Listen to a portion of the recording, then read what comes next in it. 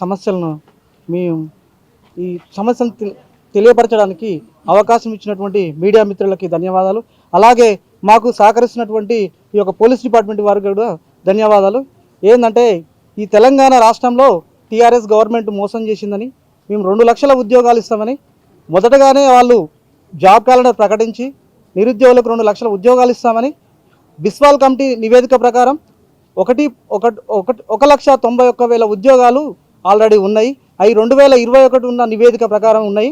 తర్వాతకి 2022, 23 ఈ 2 సంవత్సరాలు తల ఒక్కొక్క సంవత్సరం 20,000 ఉద్యోగాలు వేసుకున్నా దాదాపుగా 2,40,000 ఉద్యోగాలకు పైగా ఉంటాయని ఆ రోజు కాంగ్రెస్ అన్ని సభలలో కాంగ్రెస్ పార్టీ నిరుద్యోగులకు హామీ ఇచ్చి మేము వచ్చిన మొదటి సంవత్సరంలోనే 2 లక్షల ఉద్యోగాలు ఇస్తామని వాగ్దానం చేసి నిరుద్యోగుల ద్వారా ప్రభుత్వాన్ని ఏర్పాటు చేసుకున్నటువంటి కాంగ్రెస్ ప్రభుత్వం ఈరోజు 2 లక్షల ఉద్యోగాలకు సంబంధించిన ఎలాంటి విధి విధానాలు రూపొందించకుండా వాళ్ళు ఇచ్చినటువంటి జాబ్ క్యాలెండర్ని మళ్ళీ తిరగబెడుతూ రెండోసారి ఇలా తిరగబెడుతూ మరగబెడుతూ తప్ప మాకు జాబ్ క్యాలెండర్ ఇవ్వడం లేదు. 2 లక్షలకు సంబంధించిన ఉద్యోగాల గురించి ఎలాంటి ఉలుకు పలుకు లేదు.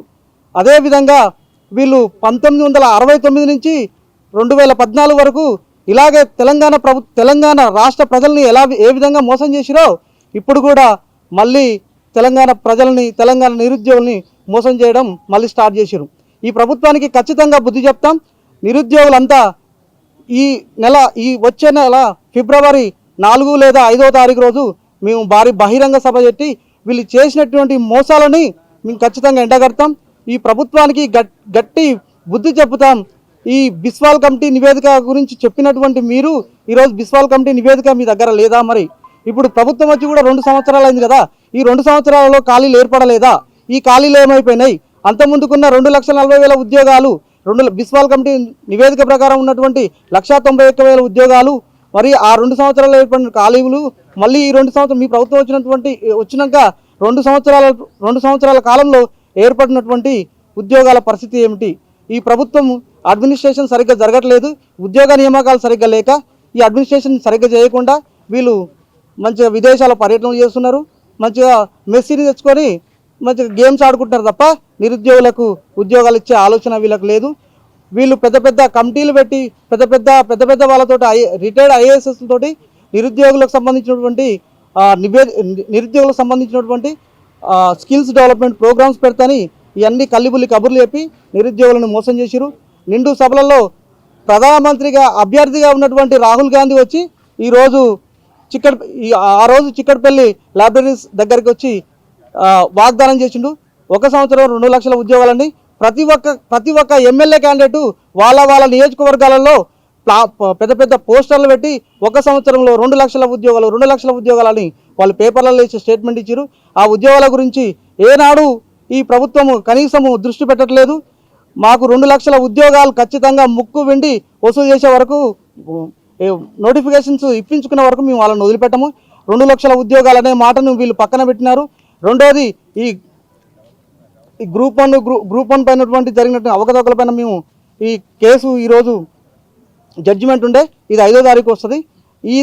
ఈ జడ్జిమెంట్ కూడా మా నిరుద్యోగుల పక్షాన్ని, మా పిటిషనర్ పక్షాన్ని అనుభవం వస్తుంది. ఎందుకంటే మా సైడు న్యాయం ఉంది కాబట్టి న్యాయ వ్యవస్థ పైన మాకు పూర్తి నమ్మకం ఉంది.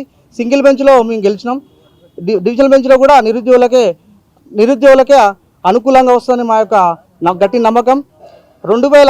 ఈ ఫిబ్రవరి 5వ తారీఖు, 4వ తారీఖు లేదా 5వ తారీఖు రోజు మేము భారీ బహిరంగ సభ పెట్టుకుంటున్నాం. ఆ భారీ బహిరంగ సభ ద్వారా ఈ కాంగ్రెస్ ప్రభుత్వానికి ఒక అల్టిమేటం జారీ చేస్తున్నాం. మీరు 2 లక్షల ఉద్యోగాలు ఈ యొక్క భారీ బహిరంగ సభ ముందుకే మీరు దానికి సంబంధించిన విధి విధానాలు ప్రకటించకపోతే ఖచ్చితంగా మీ ప్రభుత్వానికి ఖచ్చితంగా గట్టి సమాధానం ఈ సభ ద్వారా అందరికీ తెలియజేస్తాం. మీకు నెక్స్ట్ వచ్చేటటువంటి మున్సిపాలిటీ ఎలక్షన్స్లో కానీ, జెడ్పీటీసీ ఎంపీటీసీ ఎలక్షన్లో కానీ మీకు మీ పార్టీ గల్లంత అయిపోయే విధంగా నిరుద్యోగులంతా ఒక తాటిపైకి వచ్చి ఖచ్చితంగా మీకు బుద్ధి చెప్తారు. మీ పార్టీ దక్షిణాది నుంచి తంతే వచ్చి ఉత్తరాది నుంచి తంతే వచ్చి దక్షిణాదిన పడ్డది, ఇక దక్షిణాది నుంచి తంతే ఇక బంగాళాఖాతంలో కలుస్తుంది. ఖచ్చితంగా ఈ ఫిబ్రవరి 5-4 లోపు మా సభ పెట్టే లోపు మీరు ఎలాంటి విధి విధానాలు కానీ 2 లక్షల ఉద్యోగాల గురించి కానీ ప్రకటించకపోతే మాత్రం మీ యొక్క ప్రభుత్వం పైన నిరుద్యోగుల గలం గట్టిగా ఉంటుంది. మేము ఖచ్చితంగా మీకు కరెక్ట్ అయిన సమాధానం మేము చెప్తాం.